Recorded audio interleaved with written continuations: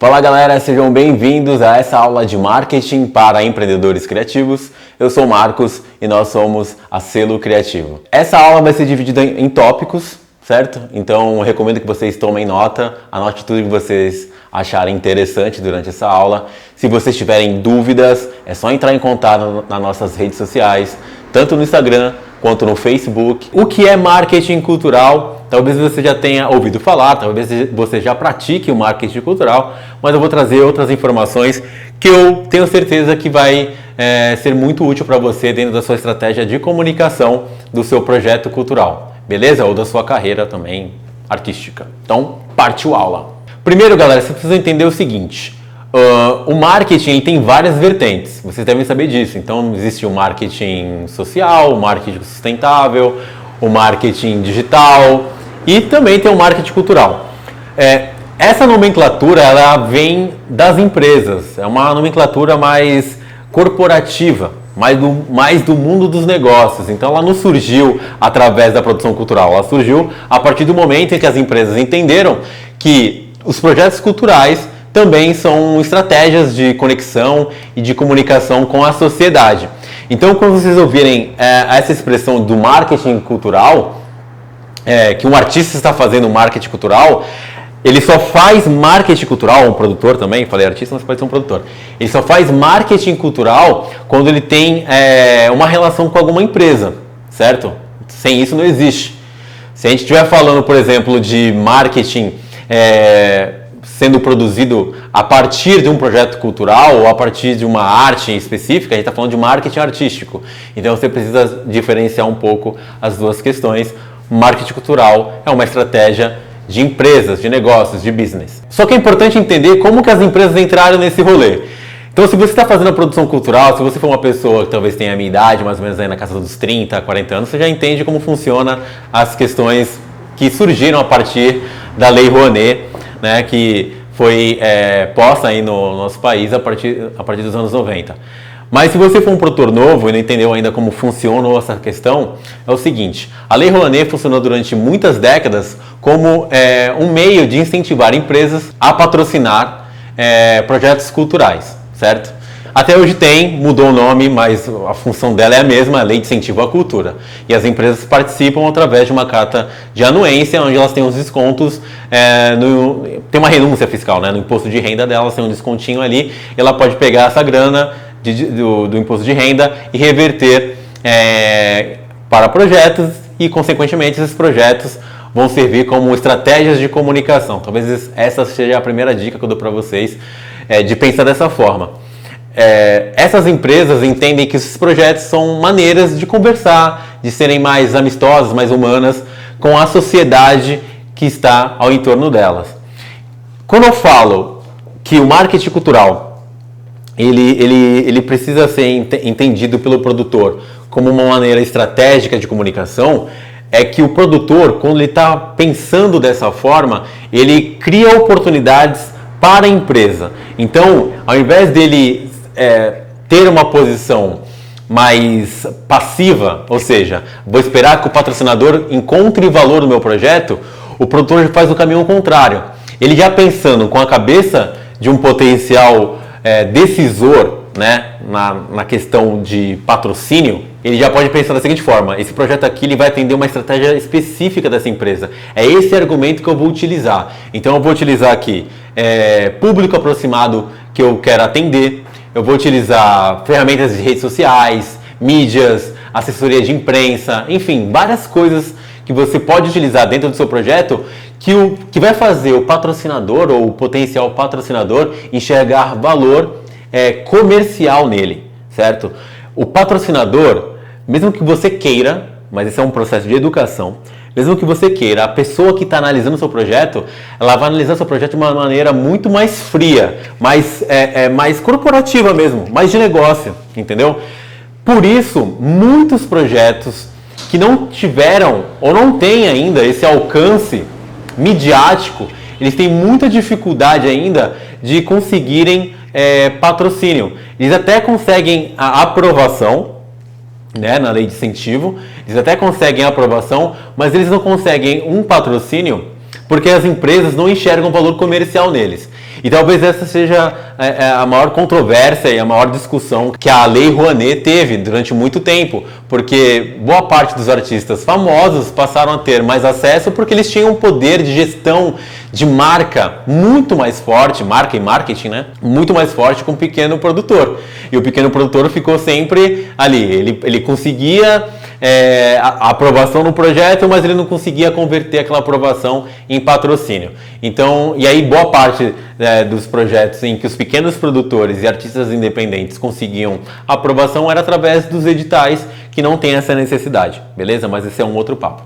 Então essa questão do marketing cultural, ela precisa ser entendida para o produtor que está buscando nesse momento agora um patrocinador como uma estratégia de comunicação a ser oferecida para as empresas. Então, nesse momento, quando você está pensando em marketing cultural, você tem que pensar o seguinte, como que eu consigo mostrar para o meu potencial patrocinador que se ele investir no meu projeto, ele vai ter um retorno muito grande de marca, de percepção das pessoas, uma percepção social que aquela marca está patrocinando, está apoiando, né? Então é isso. O marketing cultural, basicamente, são estratégias de comunicação que vai fazer as pessoas a terem uma percepção diferente sobre uma marca, sobre uma empresa específica, certo? Pensando nisso, eu vou separar algumas dicas essenciais para vocês agora utilizarem como estratégia do marketing cultural. Sempre pensando da seguinte forma, você tem que pensar com a cabeça do empresário, entendeu? Então o empresário, talvez ele tenha pouca sensibilidade de entender a importância daquele projeto. Então você vai ter que se incorporar numa visão mais de homem de negócio para você conseguir pensar nisso tudo e criar argumentos interessantes para você apresentar para o seu potencial patrocinador, beleza? Então vamos para as nossas dicas. A primeira dica que eu dou para vocês é criar produtos exclusivos para o patrocinador. Quando eu falo em criar produtos, não é necessariamente um produto físico, tá? A primeira coisa que vem na minha mente é que se você está trabalhando com marketing cultural, existem várias maneiras de você ativar uma marca. Você pode utilizar o meio digital também, ou seja, pode ser uma série de vídeos específicas patrocinadas e apresentadas por aquele patrocinador, certo? Então você pode utilizar isso, eu vou ter um projeto que é um festival de música e eu vou criar uma série de entrevistas com os músicos participantes ou uma série documental com o público que está participando, só que eu vou colocar lá que essa série se chama A Marca X está apresentando, a logo da marca pode estar ali o tempo todo no vídeo. Quando você pensa em criar produtos exclusivos, você precisa pensar também em como você vai distribuir isso, né? Você vai distribuir nas redes sociais, então você tem que pensar que você precisa alcançar o maior número possível de pessoas para que a marca do seu patrocinador, né, seja exposta para as pessoas, entendeu? Então eu acho que é bem legal você empacotar essa relação. Vou criar um produto específico voltado para esse patrocinador. Pensa nisso. Eu acho que estratégias de mídia exclusivas para os patrocinadores, ela tende a mostrar que você tem uma percepção de comunicação, de marketing muito poderosa. A outra dica é justamente você criar essa relação, essas estratégias com o seu patrocinador, mas agora pensando na experiência do seu público. Então, a gente tem vários casos aí de empresas que criam, junto com os projetos culturais, uma experiência de atendimento, por exemplo, né? Quando eu falo atendimento, vamos supor que um banco esteja patrocinando o seu projeto e ela vai colocar um stand ali de atendimento dentro do seu projeto. Ou uma marca de cerveja, ou uma marca de roupa, enfim. Como você consegue como você consegue gerar oportunidades desse patrocinador se comunicar com o seu público. Então eu acho que isso é muito interessante. Se o teu público for um público plural, ainda que você tenha um recorte específico de público, mas seja um projeto que ele consiga conversar com o maior número de pessoas possível, então eu acho interessante você ter um stand, um espaço único e dedicado para o patrocinador atuar lá dentro do seu projeto. Se isso fizer sentido, existem segmentos de negócio que não faz muito sentido. Então, por exemplo, vamos supor que seja uma empresa que trabalha com logística, talvez ela não encontre muito valor, assim, de ter um espaço próprio para ela dentro do seu projeto. Mas você pode criar outras maneiras de ativar essa marca. Então, vamos supor que você cria um espaço que seja um mini lounge ali, ou um café, enfim, um outro espaço que as pessoas vão consumir ali alguma coisa dentro do seu projeto cultural, mas tá lá exposto. Esse projeto, esse espaço se chama Espaço Marca X, né? Patrocinador master do projeto Y. Então, mesmo que essas marcas, mesmo que essas empresas não consigam ativar de forma direta os seus produtos lá, os seus serviços lá, você pode criar oportunidades para que elas façam isso. Eu vou tentar trabalhar mais com família, então um lugar que as pessoas consigam levar seus filhos, levar seus pais, mães, filhos, enfim, levar para um espaço que seja patrocinado único e exclusivamente por aquela empresa, que tem a marca da empresa, que tem uma squeeze, uma camiseta daquela empresa lá, e que é uma maneira interessante de você até incentivar o marketing promocional dessas empresas, né? Com essas marcas, tudo isso através do seu projeto. Outra dica fundamental é entender qual é o público de interesse do projeto e também do patrocinador. Nem sempre é possível encaixar esses públicos, certo? Porque existem segmentos de negócios bem específicos. Eu entendo o seguinte, se o público do teu patrocinador for muito específico, eles trabalham business to business também, eu entendo que você precisa criar um projeto que atenda a família, que seja um espaço em que você consiga atrair o maior número de pessoas. Agora, se você conseguir esse encaixe do seu público ser o mesmo público de um patrocinador, aí é sucesso, cara, porque é uma chance muito grande do patrocinador encontrar um valor ainda maior, né, dentro do seu projeto cultural. Por isso que é importante você entender o seu público e o público do seu potencial patrocinador quando você estiver fazendo a sua estratégia de captação de recursos. Isso te poupa tempo no sentido de você vai nas empresas certas, certo? Acho que essa empresa aqui tem um público legal e eu vou utilizar esse encaixe do público como um argumento para eles patrocinarem o meu projeto. Então pensa nisso. Se o teu público for igual ao público da empresa, ótimo. Se não for, pensa em criar ações que atrai a família, porque muitas empresas não têm um público específico, é algo muito... Aliás, muitas empresas têm um público muito específico, muito nichado, que é muito difícil de você conseguir encaixar a proposta do seu projeto à comunicação dessa empresa. Então, aí você vai ter que expandir um pouco mais. Você vai ter que criar ações em que você consiga atrair essas pessoas, através dos seus familiares também, que é enfim, acho que é uma maneira, um argumento interessante de você colocar dentro da sua estratégia de marketing cultural e também, por que não, de captação de recursos. E a última dica é justamente um reforço. Entender que seu projeto cultural é uma estratégia de comunicação para a empresa, entendeu? Você tem que chegar com esse argumento para o teu patrocinador. Né? Ele precisa enxergar dessa forma. Ele não pode somente enxergar o seu projeto cultural como uma estratégia de incentivo fiscal ou de desconto no imposto de renda. Cara, isso é muito frio e muito pequeno perto da importância que os projetos culturais têm no nosso país. Só que, logicamente, é uma questão de percepção. Né? Quando a gente fala que é uma questão de você educar pouco a pouco as pessoas quanto à importância da produção cultural, é um trabalho de resistência, é um trabalho que não vai acontecer da noite para o dia, ele tem processos para acontecer. Então é importante que você comece a mostrar para essas pessoas que o seu projeto cultural é sim uma estratégia de comunicação. Tem empresas que já têm essa noção, tem empresas que já investem em projetos culturais, até autorais mesmo, né? E elas percebem que é uma maneira de se conectar com as pessoas, de conversar com as pessoas. Mas tem empresas de segmentos diferentes que não estão tão acostumados aos projetos culturais que precisam ser educadas nesse sentido. Então, reforçando, o seu projeto é sim uma estratégia de comunicação das mais poderosas que qualquer empresa de qualquer segmento pode ter. Beleza, galera, então vocês sabem a diferença do público-alvo e da persona? O público-alvo já é um pouco mais conhecido das pessoas que estão trabalhando tanto na comunicação ou tem um negócio próprio e precisa identificar quais são os possíveis clientes que vocês vão encontrar aí dentro da sua jornada de empreendedorismo, né? Geralmente quando a gente faz uma descrição relacionada ao público-alvo, a gente coloca lá idade, vamos supor, que seja de 25 a 34 anos, certo? Classe social, classe B, ou classe B+, ou classe C, enfim. Você vai fazendo esse recorte dentro do poder econômico das pessoas. Você pode escolher homens ou mulheres, geralmente boa parte dos produtos atendem os dois, ou se for algo específico, você vai colocar mulheres enfim, de uma idade específica. Então o público-alvo basicamente é isso, ele é bem simples de você descrever, ele carece de especificidade, né? Ele tem poucos detalhes, e esses detalhes eles fazem muita diferença quando você está criando um produto, ou está criando um serviço, ou você está planejando a sua comunicação, com quem você vai conversar, com quem você vai se relacionar.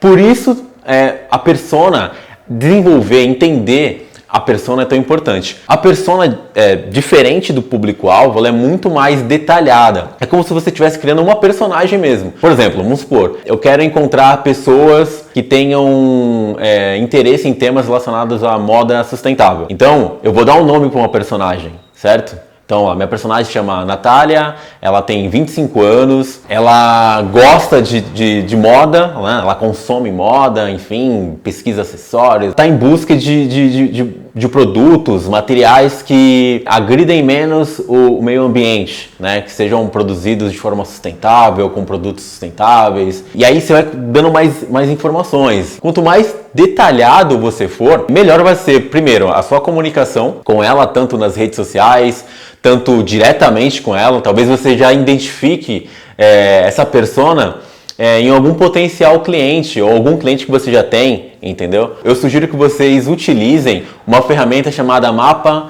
de Empatia. O Mapa de Empatia, ele vai te guiar a encontrar um público mais certo, mais assertivo, através de perguntas. No caso, são 7 perguntas. Eu vou botar esse mapa aí na tela para vocês. A ideia do mapa de empatia é justamente você preencher todos esses campos que vocês estão encontrando aí. O ideal é que se imprima, né, em A3, que tem um espaço legal para você colocar os post-its. E aí você vai responder cada uma dessas perguntas que estão aparecendo em cada um desses blocos. Então essas perguntas vão te ajudar a traçar uma persona mais próxima do seu produto ou do serviço que você está desenvolvendo.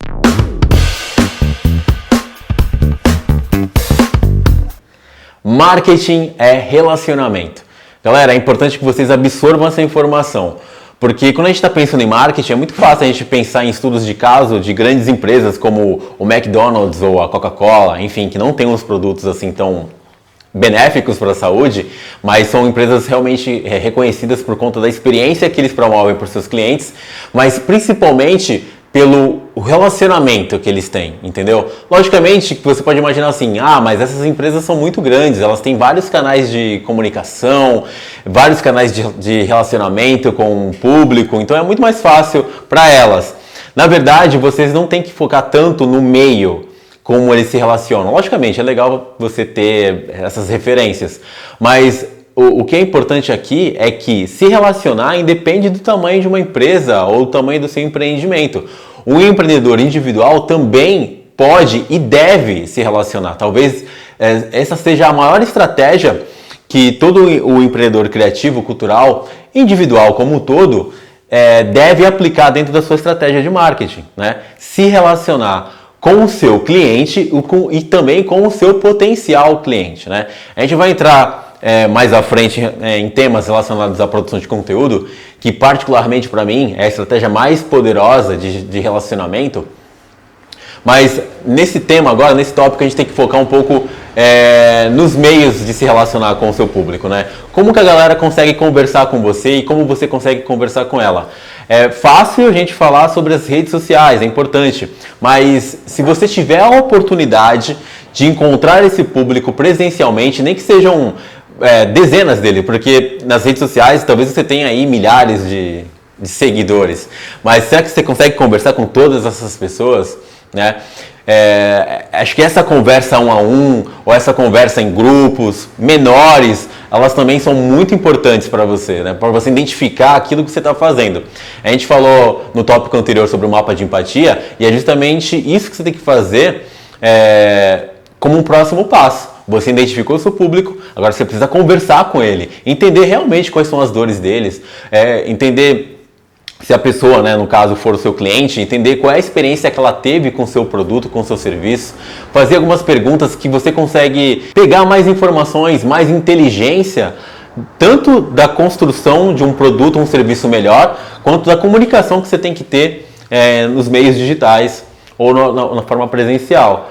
Então, todas essas informações, esse contato que você tem um a um, né? Esse contato um a um com as pessoas de forma presencial, ele é importantíssimo também para você ampliar um pouco a sua estratégia de comunicação.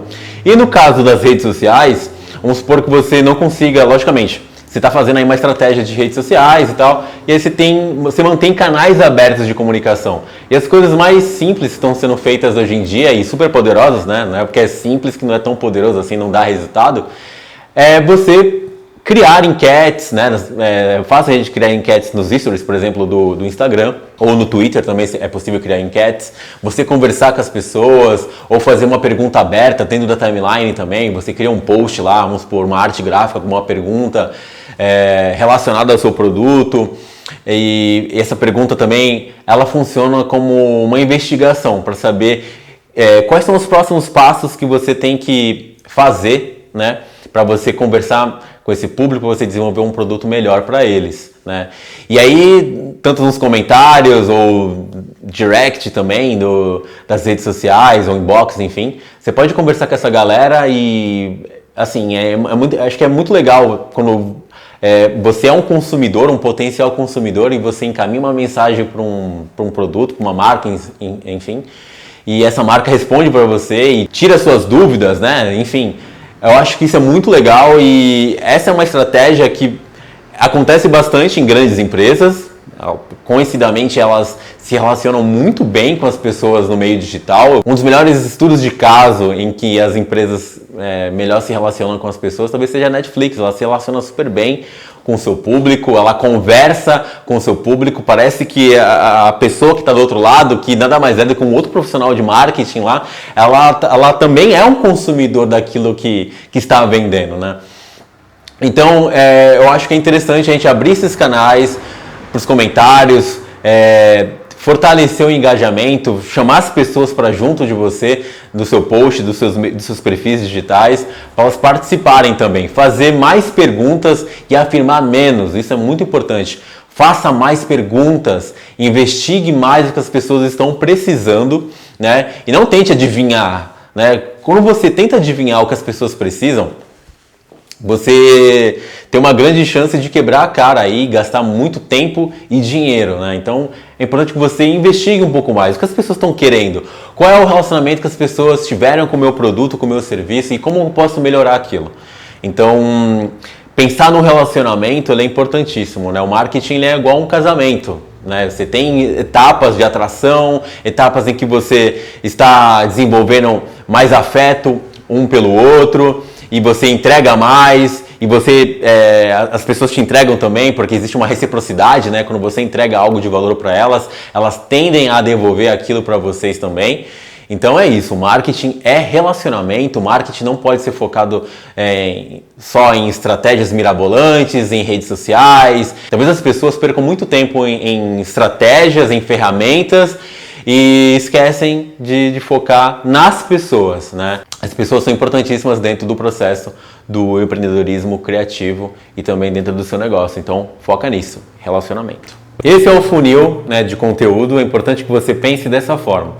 As pessoas que estão ali no topo do funil, elas estão numa fase de aprendizado e reconhecimento de um problema, certo? Aprendizado sobre um tema que você propôs para ela, né? Talvez elas nem tivessem noção desse tipo de problema, mas elas estão tendo mais informações através do conteúdo que você está dividindo com elas. E muitas delas podem reconhecer que tem esse problema e tem essa necessidade que você está colocando, certo? Então, todo o conteúdo que você produzir nessa fase é voltado para esse público que está aprendendo e está reconhecendo um problema. Eu sugiro que você comece a produzir esses conteúdos com títulos, iniciando com como, né? Como fazer tal coisa, como agir dessa forma, como criar, como produzir, como vender mais. Ou você pode também participar, você pode começar com um porquê. Por que você deveria pensar no consumo de roupas sustentáveis ou acessórios sustentáveis, enfim. O como e o porquê são bons inícios aí de títulos dentro dessa fase. E no meio do funil a gente tem a consideração. Então, quando as pessoas aprenderam e reconheceram que tem um problema, elas vão considerar se o seu produto ou serviço vai atender essa necessidade que eles têm ou não, certo? Então, essa parte de consideração é importante. Você pode produzir conteúdo aqui também voltado para isso, trabalhar com escassez, ou seja, inscrições limitadas, vagas limitadas, poucas unidades desse produto. Você pode trabalhar com esse senso de escassez, que é importante e é muito poderoso na hora de se comprar, na hora de se comunicar nas redes sociais, né? Na hora que você estiver ofertando um produto ou serviço específico, se você tornar aquilo escasso, né, as pessoas tendem a comprar, a consumir de uma forma bem impulsiva, né? E então pensa nisso, a parte do meio ali é justamente para você produzir conteúdos mais focados já na conversão. E a última parte do funil é a parte de decisão de compra. Ali que as pessoas decidiram que o seu produto ou seu serviço é o ideal para atender a necessidade delas e elas vão partir para a compra, e aí você precisa estar pronto para vender. Pronto para vender você precisa estar pronto para receber o dinheiro delas, basicamente, através de metodologias de pagamento. Vai ser por cartão de crédito, boleto, o que você oferta para essas pessoas? É depósito? Como vai funcionar a questão da entrega desses materiais? É um material que vai ser distribuído via correio, ou é um material digital? Então você tem que pensar com carinho nessa parte aí, que é a parte que a pessoa já considerou que vai comprar de você, e aí você já fez todo esse caminho para ela chegar a esse período justamente de compra. Agora pode surgir uma dúvida aí. Mas eu preciso fazer conteúdos específicos do topo até o final? Não precisa. Eu quero dizer o seguinte, você precisa produzir conteúdo para aprendizado, e aí eu fazer um conteúdo depois para consideração, e depois fazer oferta. Não é necessário. Existem pessoas que precisam seguir todas as partes do funil para chegar até o final, porque elas têm dúvidas ainda, elas não conseguem encontrar as informações que vão atender a necessidade dela. Então, se elas passarem por todas essas etapas do funil, elas vão se sentir mais seguras, mais convencidas do que o seu produto ou o serviço é o ideal para elas. Mas tem pessoas que já são prontas para compra. Então vamos supor que você está vendendo um produto lá e as pessoas já sabem que precisam daquele produto e elas não vão passar por esse período todo de conteúdo e tudo mais. Elas já vão direto efetuar a compra. Então é importante que você identifique o momento em que cada uma dessas pessoas estão no processo de compra, entendeu? Então nem todas as pessoas estão ali necessariamente para aprender sobre algo. Elas já sabem, elas só precisam comprar e encontrar a oportunidade para a compra. E aí você precisa estar pronto para vender. E é isso, galera. Chegamos ao final da nossa aula. Espero que vocês tenham curtido bastante, tenham anotado todas as informações que eu passei para vocês. Logicamente que o tema não vai fechar aqui nessa aula, nesse tempo que nós temos, mas é importante que vocês pesquisem mais sobre todas as informações que eu coloquei para vocês. Fico muito feliz de dividir esse tempo com vocês, esse conteúdo, esse material, esse conhecimento que nós temos. Troque com as outras pessoas, faça collabs, crie lives, se arrisque mais no meio digital. É preciso ter muita coragem mesmo de produzir e de colocar o seu produto no mercado. Converse com as pessoas, ouça mais as pessoas, não tente adivinhar o que elas precisam, tenta ouvir um pouco mais essas necessidades, participe de grupos, troque ideias com outros empreendedores, crie projetos juntos também, e acho que é dessa forma que todo mundo vai crescer. E foca também em algumas estratégias presenciais quando for possível, porque é muito importante ter esse contato um a um. Eu acho que isso é formidável. Eu acho que conversar com as pessoas, entender qual é a experiência que elas têm com o seu produto, com o seu serviço, é um fator de sucesso para qualquer pessoa que quer empreender em qualquer segmento de negócio. Beleza? Então agradeço demais a atenção de vocês e é isso.